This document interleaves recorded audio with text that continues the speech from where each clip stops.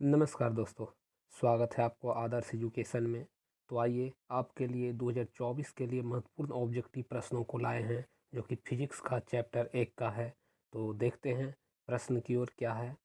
पहला प्रश्न है, पहला प्रश्न हमारा जो है, किसी माध्यम के अपवर्तनांक का मान होता है। हमारा आंसर हो जाएगा साइन आई बटा साइन आर। किसी लेंस की क्षमता -2 डायोप्टर है तो इसकी फोकस दूरी क्या होगी? तो इसका आंसर हो जाएगा -0.5 मीटर। अब इसको हम बनाते कैसे हैं? कहता है कि क्षमता यानी P बराबर दिया हुआ है, कितना? P बराबर दिया हुआ है -2 डायोप्टर। चलिए, -2 डायोप्टर दिया हुआ है। देखते हैं, P बराबर दिया हुआ है -2 डायोप्टर। तो हमको फोकस निकालने का है, तो इसका एक सूत्र होता है F बराबर 1/P, यानी कि इस पर आप रख सकते हैं, एक का मतलब है 1 मीटर और P है जो कि 2 डायोप्टर है, तो 2 1/2, यानी इसको जब हम भागा देंगे तो आएगा 0.5। 1/2 को भागा देंगे तो आएगा 0.5। चूँकि लेंस जो है लेंस जो है किसी भी लेंस में कह रहा है, तो इसका आंसर हो जाएगा माइनस के 0.5 मीटर। तो हमारा जो आंसर होगा ये क्या होगा? 0.5 मीटर। तो हमारा 0.5 मीटर इसका आंसर आएगा। चलिए देखते हैं अगले प्रश्न की ओर। अगला प्रश्न हमारा क्या है? तीसरा नंबर प्रश्न। चलिए, हमारा तीसरा नंबर प्रश्न है, कौन सा दर्पण आमतौर पर वाहनों के पीछे देखने के रूप में उपयोग किया जाता है? तो हमारा आंसर हो जाएगा उत्तल दर्पण। चलिए अगले चौथे प्रश्न को देखते हैं। हमारा चौथा नंबर प्रश्न है, उत्तल दर्पण के सामने किसी वस्तु को रखा गया है तो इसकी प्रतिबिंब की प्रकृति क्या होगी? क्योंकि दर्पण जो है उत्तल है, उत्तल दर्पण इस प्रकार होता है, उत्तल दर्पण जो कि अंदर से रंगा हुआ रहता है, और इसके सामने कोई वस्तु को रखा गया है तो इसकी प्रतिबिंब की प्रकृति, चूंकि प्रतिबिंब उत्तल दर्पण में किस ओर बनेगा? दूसरी ओर बनेगा, तो क्या होगा? ये काल्पनिक होगा, चूंकि उत्तल दर्पण में जो भी प्रतिबिंब बनता है काल्पनिक होती है। चलिए 5वें नंबर प्रश्न की ओर चलते हैं। हमारा 5वां नंबर प्रश्न जो है, 5वां नंबर प्रश्न कहता है कि किसी लेंस की फोकस दूरी हमेशा होती है, तो किसी उत्तल लेंस की, चूंकि लेंस कैसा है? उत्तल है, तो उत्तल लेंस की जो फोकस दूरी होती है हमेशा दर्पण के दाईं ओर प्राप्त होती है, इसलिए वह धनात्मक होता है। ये हमारा उत्तल लेंस है, ये इधर वस्तु होती है, और इसका जो हमेशा फोकस दूरी होगा, ये दर्पण के सॉरी, दर्पण ही लेंस है। ये हमारा उत्तल लेंस है, ये हमारा उत्तल लेंस है, और इसका फोकस दूरी, इधर कोई वस्तु है, इसका जब भी फोकस बनेगा तो इसके दूसरी ओर यहाँ पर बनेगा, तो ये हमेशा लेंस के दाईं ओर होती है, तो ये हमारा फोकस हमेशा इधर धनात्मक होता है। इधर जितना भी आपको ऑब्जेक्ट आएगा सब धनात्मक होगा, इधर जितना भी आएगा सब ऋणात्मक होगा, तो इसका जो होगा आपका आंसर धनात्मक। चलिए अगले प्रश्न की ओर चलते हैं, प्रश्न नंबर 6। ये आ गया हमारा अगला प्रश्न। प्रश्न नंबर 6 क्या कहता है, किस दर्पण का उपयोग सामान्यतः वाहनों के पश्च दृश्य दर्पणों के रूप में किया जाता है? यानी वाहनों के साइड मिरर के रूप में। देखिएगा कि कोई भी वाहन में, बाइक हो या बड़ा गाड़ी हो, हमेशा वाहन चालक को पीछे देखने के लिए वहाँ पर आईना लगा हुआ रहता है। तो वो आईना किस दर्पण का होता है? यह आंसर जो हमारा हो जाएगा, कौन दर्पण? उत्तल दर्पण का होता है। क्योंकि दर्पण 3 प्रकार के होते हैं, एक उत्तल होते हैं, एक समतल होते हैं, और एक अवतल होते हैं। अगर तो यहाँ कौन सा दर्पण का उपयोग हो रहा है? उत्तल दर्पण का उपयोग हो रहा है। चलिए अगले प्रश्न को देखते हैं, प्रश्न नंबर 7। 7वां नंबर हमारा प्रश्न क्या है, निम्न में से किस दर्पण का फोकस दूरी ऋणात्मक होती है? क्योंकि अभी अभी हम जाने हैं कि दर्पण, यदि दर्पण अवतल है तो इसका जो फोकस बनेगा ये हमेशा दर्पण के इसी ओर बनेगा, क्योंकि दर्पण से टकराएगा और इसी ओर आएगा। लेकिन उत्तल दर्पण में क्या होता है कि काल्पनिक प्रतिबिंब बनता है।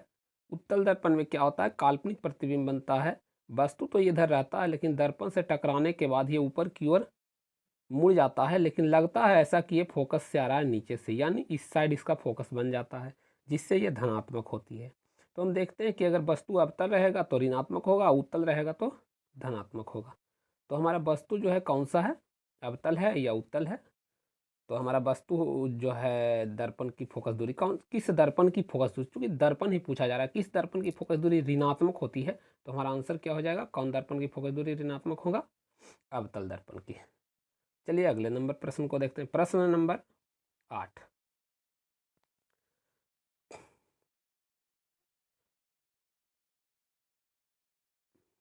आठवां नंबर प्रश्न कहता है, आठवां नंबर प्रश्न कहता है, नई कार्तीय चिन्ह परिपाटी के अनुसार दर्पण के सामने रखे गए बिंब की बिंब दूरी ली जाती है। जो कार्तीय चिन्ह होती है वो बिंब दूरी दर्पण के सामने रखे गए बिंब यानी वस्तु की वस्तु दूरी ली जाती है। कैसी ली जाती है, तो आंसर क्या हो जाएगा, ऋणात्मक ली जाती है।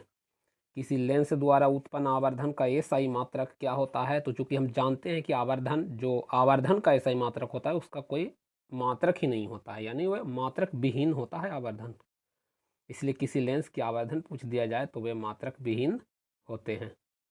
चलिए अगले प्रश्न को देखते हैं। प्रश्न नंबर 10 की ओर चलते हैं। 9 नंबर प्रश्न हो चुका है, प्रश्न नंबर 10 है।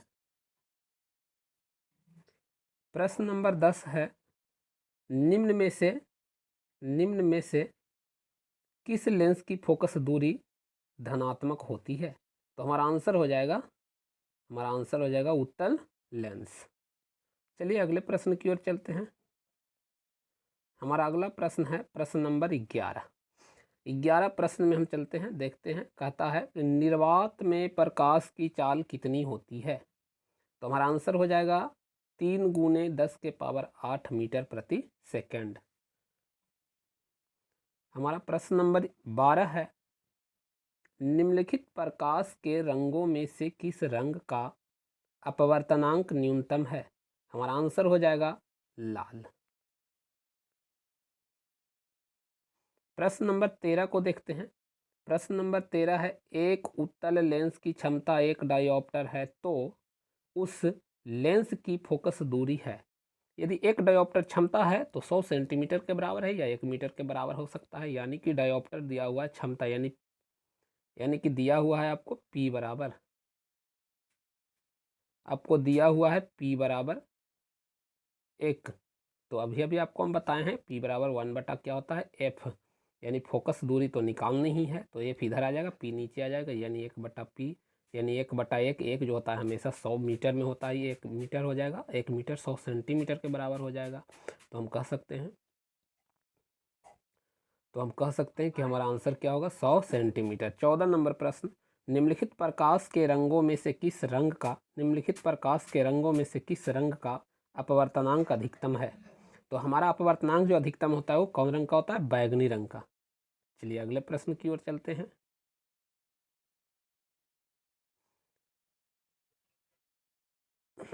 हमारा अगला नंबर प्रश्न है प्रश्न नंबर 15।